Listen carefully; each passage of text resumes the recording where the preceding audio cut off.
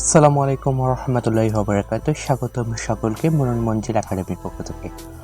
সাথে আছে আমি মোহাম্মদ আরিফুল ইসলাম। তো আজকে আমরা আলোচনা করে যাচ্ছি ইংরেজি গ্রামারের খুবই গুরুত্বপূর্ণ একটা বিষয়, সেটা হচ্ছে আমাদের রাইট ফর্ম অফ ভার্বের শর্টকাট নিয়ম, এবং এখানে আমরা টপ 12টা নিয়ম আমরা দেখব।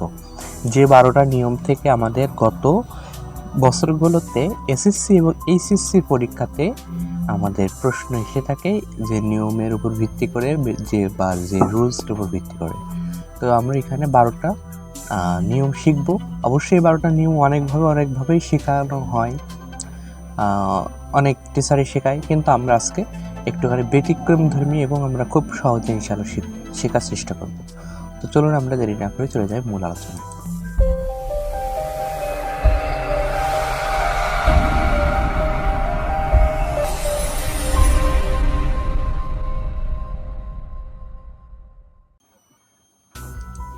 তো প্রথমত আমাদের ভার্বের রূপসমূহ সম্পর্কে জানতে হবে। আমরা জানি এগুলা, যেমন বেস ফর্ম বা প্রেজেন্ট ফর্ম আর কি।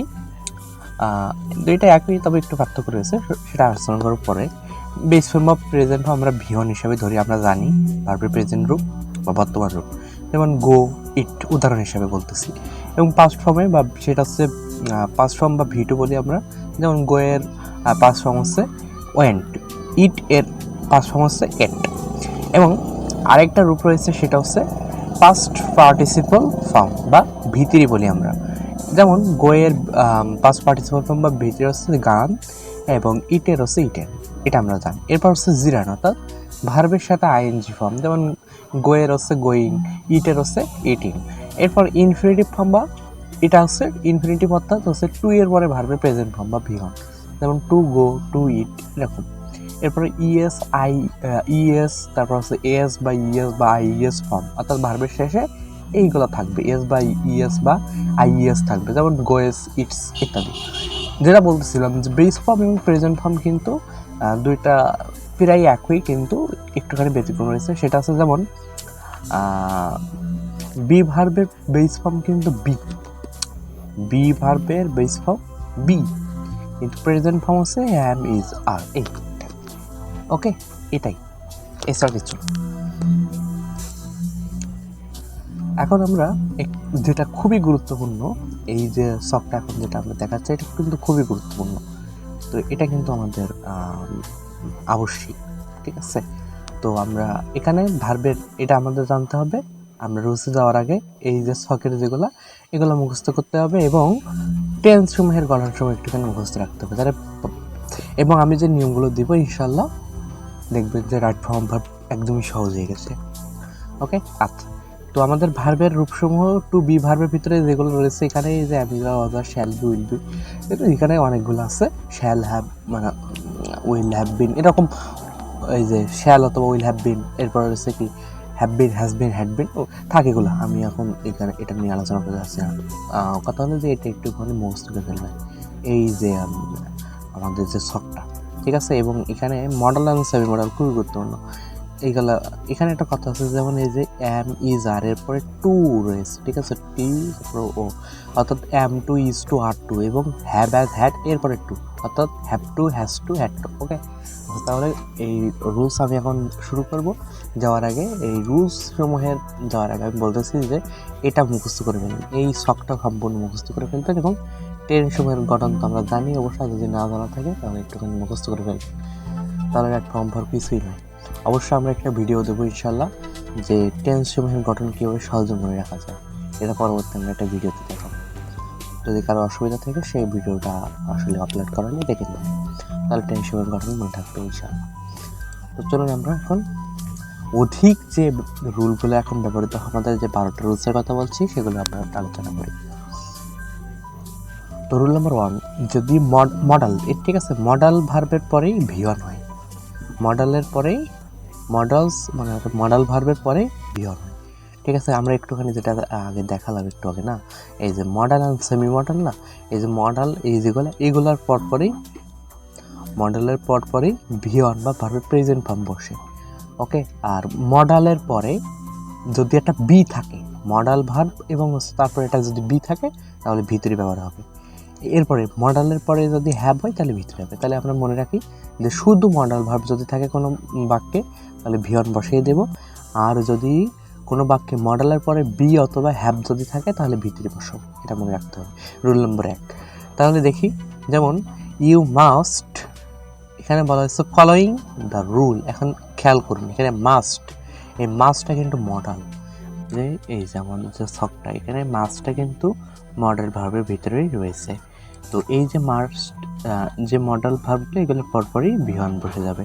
তাহলে এখানে ফলোয়িং এটা কিন্তু ভার্বের আইএনজি আছে, তাহলে আমরা এটাকে কি করে দেবো, এর প্রেজেন্ট ফর্ম বা ভি1 হচ্ছে কি আমরা ফলো করে দিলাম। ওকে, আচ্ছা, তাহলে আমরা আমাদের কিন্তু এটা প্রথম নিয়ম চলে গেলে, রুল অনের এই যে প্রথম যেটা এটা চলে গেল।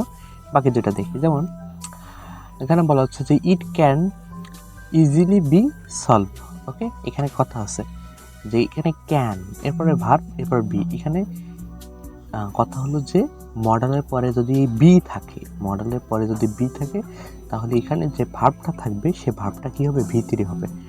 ঠিক আছে, মডেলের পরে যদি বি হয় তাহলে অবশ্যই সে ভার্বটা হবে ভি3। এখানে অবশ্যই মনে রাখতে ভি3 হবে, কিন্তু এখানে ভি2 নয়, ভি3 হবে।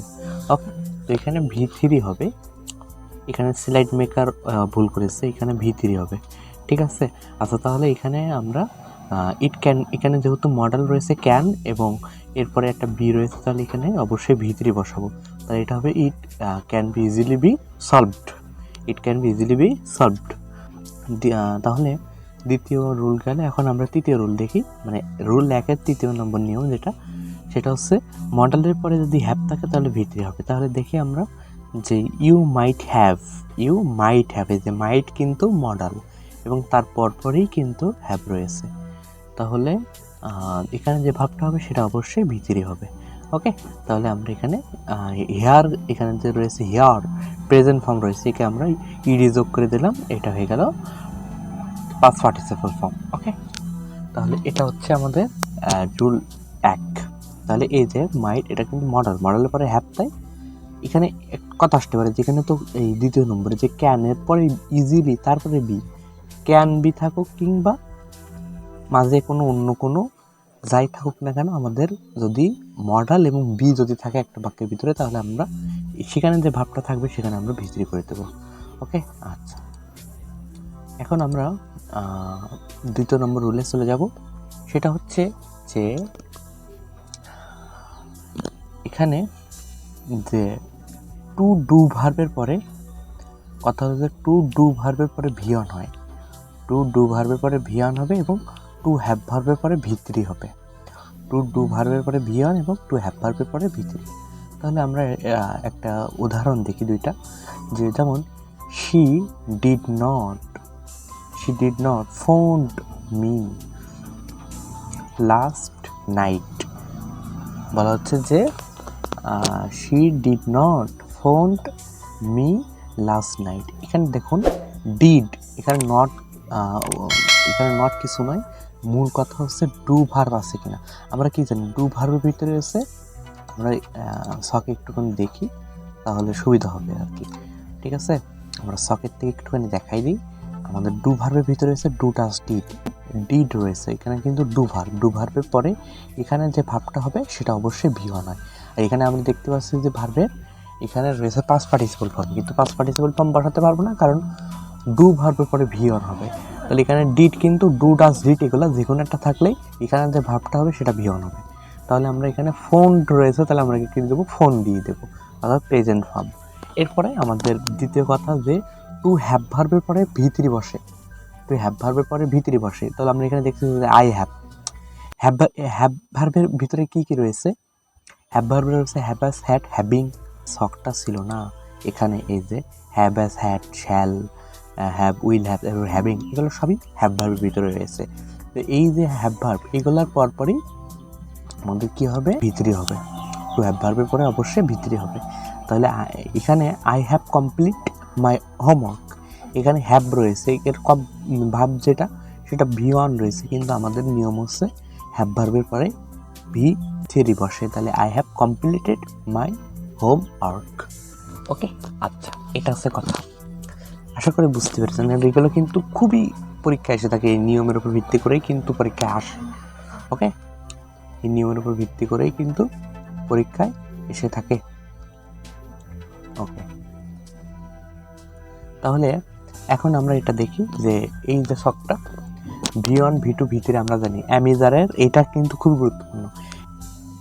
তো অ্যামিজারের সেট আছে present form V1, past form হচ্ছে ওয়াজ ওয়্যার, অ্যামিজারের পাস্ট ফর্ম ওয়াজ ওয়্যার, এবং পাস্ট পার্টিসিপল ফর্ম বা V3 ফর্ম হচ্ছে আমরা বলতে পারি বিন, এবং হ্যাভ হ্যাজের পাস্ট ফর্ম হচ্ছে হ্যাড এবং পাস্ট পার্টিসিপল ফর্ম হ্যাড, দুইটা একই। এবং যে কোনো ভার্ব আমরা জানি একটা ভার্বের যে পাঁচটা, একটা যে কোনো একটা ভার্বেরই তিনটা রূপ থাকে। যেমন আমরা একটা ভার্ব বলতেছি টেক, এটা প্রেজেন্ট ফর্মে আছে, টুক হচ্ছে তার পাস্ট ফর্ম এবং টেকেন হচ্ছে তার পাস্ট পার্টিসিপল ফর্ম। এখন আমরা দুটো উদাহরণ দেখি, এটা কিসের জন্য সেটা আমরা দেখবো এখন। তো এখানে এটার উদাহরণ হচ্ছে যে এখানে বলা হচ্ছে যে have you even is in Rangpur. এখন কথা হলো যে এইখানে যেটা, যদি আমরা জানি যে হ্যাভ ভার্বের পরে টু হ্যাভ ভার্বের পরে কিন্তু V3 বসে, টু হ্যাভ ভার্বের পরে V3 বসে। এখন এখানে তো হ্যাভ ভার্ব রয়েছে হ্যাভ, এখানে যে ভার্বটা হবে অবশ্যই তার V3 ফর্ম বসবে। তো আমরা জানি অ্যামিজারের V3 ফর্ম হচ্ছে বিন, অ্যামিজারের V3 ফর্ম বিন, তাহলে অবশ্যই এখানে ইজের পরিবর্তে এখানে অবশ্যই বিন ব্যবহৃত হবে। যে have you even been in Rangpur. আচ্ছা, আরও একটা দেখি যে রাকিব হ্যাড, এখানে কিন্তু ব্র্যাকেটে আমাদের যে ভার্ব যেটা রাইট করতে হবে সেটা হচ্ছে হ্যাজ হার মেইল। এখন আমরা জানি যে এখানে কিন্তু হ্যাডটাও কিন্তু হ্যাভ ভার্ব, আমরা জানি অ্যাপটাও হ্যাভ হ্যাড হ্যাজ, তিনটা হ্যাভ ভার্বের ভিতরে রয়েছে, আর হ্যাভ ভার্বের পরে কিন্তু V3 বসে, তাহলে এখানে ব্র্যাকেটে যে ভাবটা হবে সেটাও V3 করতে হবে। তাহলে হ্যাজের V3 কি আমরা জানি, হ্যাভ হ্যাজের V3 ফর্মও হ্যাড। ঠিক আছে, তাহলে আমরা হ্যাড বসাই দেব, এখানে উত্তর হবে হ্যাড।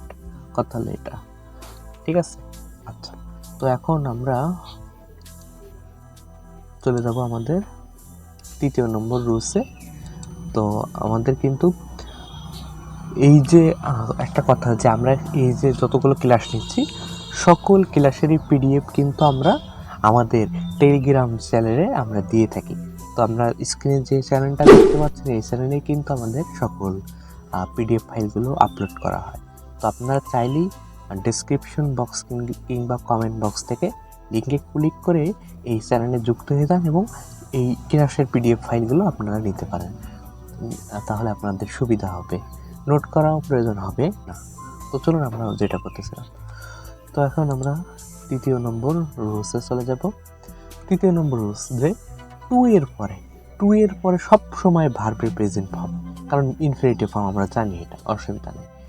আর টু ব্যতীত যে কোনো প্রিপোজিশনের পরপরই ভার্বের আইএনজি ব্যবহৃত হয়, টু ব্যতীত যে কোনো প্রিপোজিশন থাকলেই তারপরে ভার্বের আইএনজি।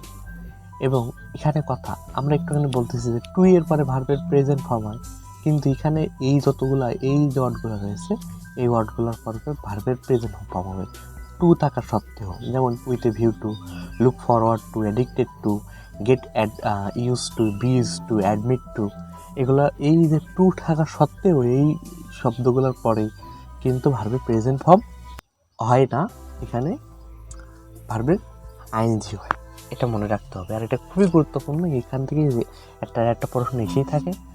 তো আমরা এখানে দেখি যেমন টু এর পরে এখানে to buy a pen he went to market, এখানে বাই থেকে যাবে, কারণ আমরা জানি টু এর পরে প্রেজেন্ট ফর্মই বসাই দেবো। ঠিক আছে, তাহলে এখানে আমরা বাই প্রেজেন্ট ফর্মে আছে, আর আমরা জানি টু এর পরে প্রেজেন্ট ফর্ম হয়, তাহলে এখানে বাই থেকে যাবে, কোনো পরিবর্তন করার দরকার নেই।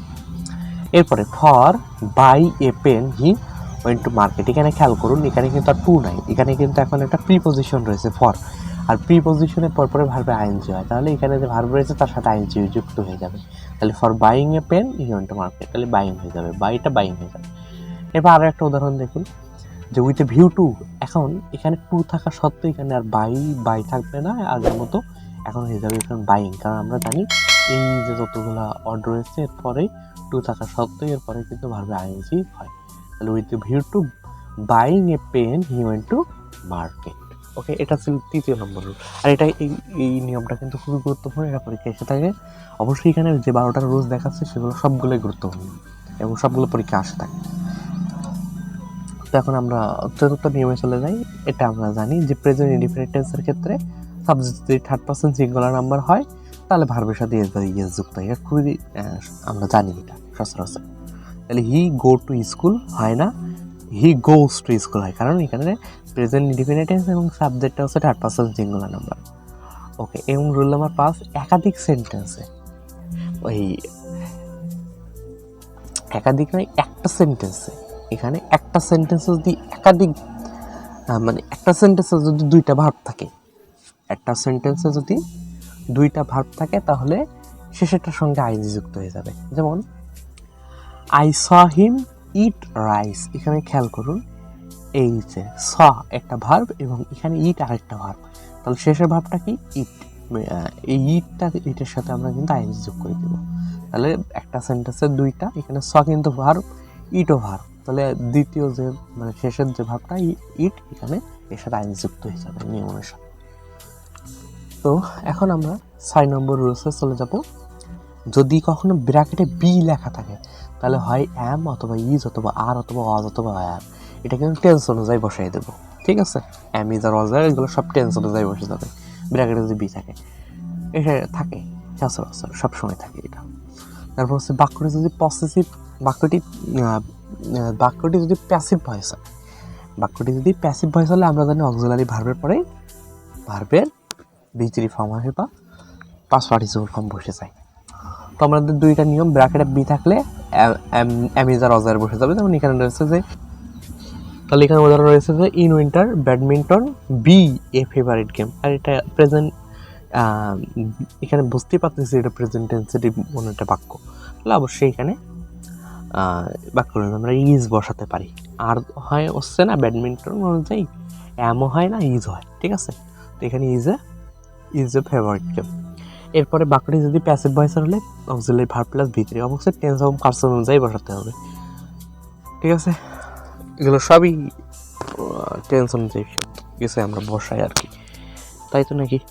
টেন্স অনুযায়ী তো বসাইতে হবে অক্সিলারি ভার্ব।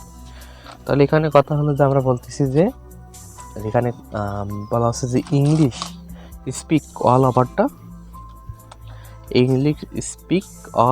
The world. তাহলে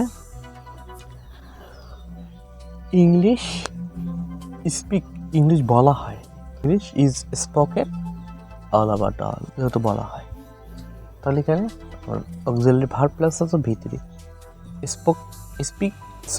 স্পোকেন হয়ে গেল। এরপরে এখানে রয়েছে যে the work do by him, passive রয়েছে, তাহলে do the work is done by him. Okay, আচ্ছা, এখানে অক্সিলারি ভার্বটা টেন্স এবং পার্সন অনুযায়ী বসাই দিলে হবে। ওকে, আচ্ছা, এখন আমরা রুল নম্বর 7 চলে যাব, যে it is high time wish fancy plus subject, কথা বুঝতে হবে। It is high time wish fancy এগুলোর পরে যদি সাবজেক্ট থাকে তাহলে ভার্বটা পাস্ট ফর্ম হবে, অর্থাৎ ভি টু। কিন্তু যদি it is high time wish fancy এগুলোর পরে যদি সাবজেক্ট যদি না থাকে, তখন ইনফিনিটিভ অর্থাৎ টু এর পরে বেস ফর্ম অর্থাৎ ভিয়ন, এটা বুঝতে হবে। যেমন এখানে এক্সাম্পল দেখি যে it is high time we, বুঝতে হবে এই যে ইট ইজ হাই টাইম এরপরে কিন্তু উই রয়েছে, একটা সাবজেক্ট রয়েছে, সাবজেক্ট থাকলে পাস্ট ফর্ম হবে, তাহলে এখানে ভার্ব যেটা হবে সেটা হচ্ছে পাস্ট ফর্মে হবে। এখানে বলা হচ্ছে চেঞ্জ, এটা তো বিয়ন্ড আওয়ার হ্যাবিট, এখানে চেঞ্জকে চেঞ্জড করতে হবে, ভিটু করতে হবে, পাস্ট ফর্ম মানে ভিটু। ওকে, তাহলে it is high time, it is time এগুলোর পরে যদি একটা সাবজেক্ট হলে তাহলে অবশ্যই সেটা হবে ভি2 হবে ভার্বটা, তাহলে এখানে চেঞ্জড করে দিলাম। ওকে, এরপরে যদি এগুলোর পরে যদি সাবজেক্ট না থাকে তখন ইনফিনিটিভ অর্থাৎ টু এর পরে ভিয়ন। যেমন ইট is time protest against corruption.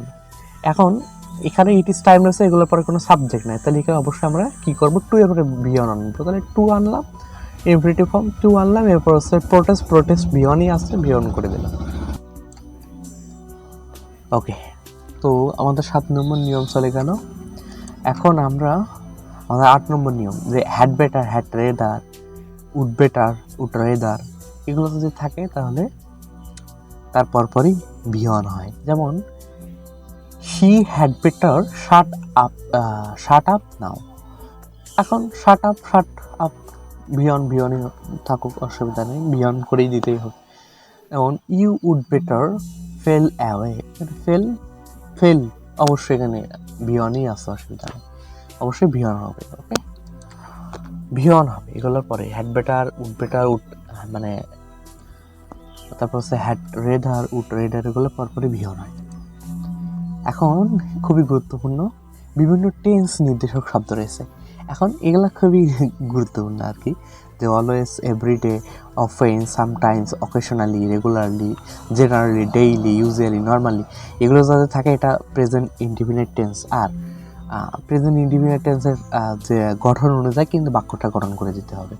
এই যে ওয়ার্ডগুলো যদি কোনো সেন্টেন্সে থাকে তাহলে সেটা মনে করবো প্রেজেন্ট ইনডিফিনিট টেন্স, আর ওখানে প্রেজেন্ট ইনডিফিনিট টেন্স অনুযায়ী আমরা ভার্বের গ্রুপ গঠন করব। এবং সাবজেক্ট যদি থার্ড পারসন সিঙ্গুলার নাম্বার হয় তাহলে ভার্বের সাথে এস বা ইএস যুক্ত করব। এরপরে যে now, at this moment, currently, at present, এগুলো যদি থাকে তাহলে সেটা প্রেজেন্ট কন্টিনিউয়াস টেন্স, তাহলে ভার্বের আইএনজি হবে গঠন অনুযায়ী, তাই তো আমরা এটা জানি। এরপর recently, just, ever, just now, already, never, yet, এগুলো থাকলে প্রেজেন্ট পারফেক্ট টেন্স। এখন প্রেজেন্ট পারফেক্ট টেন্সের গঠন হ্যাভ প্লাস ভিতরি, এই গঠন অনুযায়ী কিন্তু সেই বাক্যটা গঠন করে ফেলবে যদি কোনো বাক্যে এই ওয়ার্ডগুলো থাকে। এটা হচ্ছে প্রেজেন্ট। এগুলো হচ্ছে বিভিন্ন শব্দ নির্দেশক কিছু জিনিস রয়েছে, জিনিসপত্র, সেগুলো আমরা দেখালাম। তো আমাদের রুল নম্বর 9 চলে গেল। এখন আমরা রুল নম্বর 10-এ চলে যাব। বলা হচ্ছে যে যদি কোথাও নট থাকে, যদি কোথাও ব্র্যাকেটে যদি নট থাকে তাহলে আমরা, এটা কিন্তু ব্র্যাকেটের কথা বলছি, যদি কোথাও বলতে এখানে ব্র্যাকেটে যদি নট থাকে তাহলে ডোন্ট, ডাজেন্ট এবং ডিড নট বসে। প্রেজেন্ট এবং তারপর হচ্ছে প্রেজেন্ট, ডোন্ট তো প্রেজেন্ট টেন্সের ক্ষেত্রে, ডাজেন্ট কিন্তু আমরা জানি প্রেজেন্টের ক্ষেত্রে, তবে subject third person singular number হলে ডাজেন্ট হয়। আর ডিড নট এটা পাস্টের ক্ষেত্রে, অসুবিধা নেই, বলে দিলাম আর কি সুবিধার্থে। এবং হি নট, এখানে ব্র্যাকেটে কিন্তু নট রয়েছে, তাহলে ব্র্যাকেটে যদি নট থাকে তাহলে ডোন্ট, ডাজেন্ট এবং ডিড নট বসে। ওকে, আচ্ছা, এখন আমরা দেখি, যেমন he not follow the daily routine, এখানে হি রয়েছে, তাহলে আমরা এটা subject third person singular number রয়েছে, আর আমরা থার্ড পারসন সিঙ্গুলার নাম্বার হলে আমরা জানি প্রেজেন্টের ক্ষেত্রে ডাজেন্ট বসে, তো ডাজেন্ট বসিয়ে দিলাম, এরপর ফলো দ্য রুটিন, শেষ। এরপরে দেখুন, because of being lazy he not get a good grade, এখানে কিন্তু ব্র্যাকেটে নট রয়েছে, তাহলে এখানে কোথাও নয় বলতে এখানে বলা উচিত ছিল যে ব্র্যাকেটে। অবশ্যই স্লাইড মেকার এখানে ভুল করেছে, যাই হোক আমি দুঃখিত, আমি স্লাইডটা তৈরি করিনি, আমার হাতের লেখা নোট ছিল সেটা তাকে দিয়েছিলাম, সে তৈরি করেছে আর কি। অবশ্য এখানে ভুল ত্রুটি মার্জনীয়, অবশ্য আমি এখানে এডিট করে দেবো, দিয়ে আমি টেলিগ্রামে আমি কিন্তু পিডিএফ ফাইলটা দিয়ে দেবো আপনাদের সুবিধার্থে ইনশাল্লাহ। তো আপনারা টেলিগ্রামে জয়েন হয়ে নেবেন। এবং দেখুন যে because of being lazy he not get a good grade, তাহলে এখানে because of being lazy he not get a grade, এখানে ব্র্যাকেটে নট রয়েছে, আর এটা আমরা দেখতেছি because of being lazy he not get grade, এটা কিন্তু বুঝতেছি যে এটা পাস্ট, তো আমরা এখানে ডিডেন্ট ব্যবহার করতে পারি, ডিড নট বা ডিডেন্ট ব্যবহার করতে পারি। ওকে, তো এটা হচ্ছে নটের ব্যবহার। এরপর 11 নম্বর নিয়ম, যে অ্যান্ড, বাট, অর, এগুলো যদি থাকে কোনো একটা সেন্টেন্সে তাহলে অ্যান্ড, বাট, অর এর আগে পরে ভার্বের একই ফর্ম বসে। যেমন our parents are nursing our parents are nursing and bring up. এখন খেয়াল করুন, এখানে কিন্তু এই যে অ্যান্ড রয়েছে, তো অ্যান্ড বাট ওয়ারের পরে ভার্বের যে ফর্ম থাকে সেই ফর্মে হয়। যেমন এখানে নার্সিং আইএনজি রয়েছে, ল্যান্ডের পরে যে ভার্বটা এখানে রয়েছে এটাও কিন্তু আইএনজি ফর্মেই হবে। তাহলে নার্সিং, তাহলে এখানে ব্রিঙ্গিং আইএনজি যোগ হবে। ঠিক আছে, এরপরে যেটা বাক্য রয়েছে যে he attend the meeting late but. এখন কথা হলো যে এখানে ভার্ব কোনটা, এই মিটিংটা কিন্তু এখানে ভার্ব নয়, এখানে মেন ভার্বটা হচ্ছে, মেইন যে ভার্বটা সেটা হচ্ছে অ্যাটেন্ড।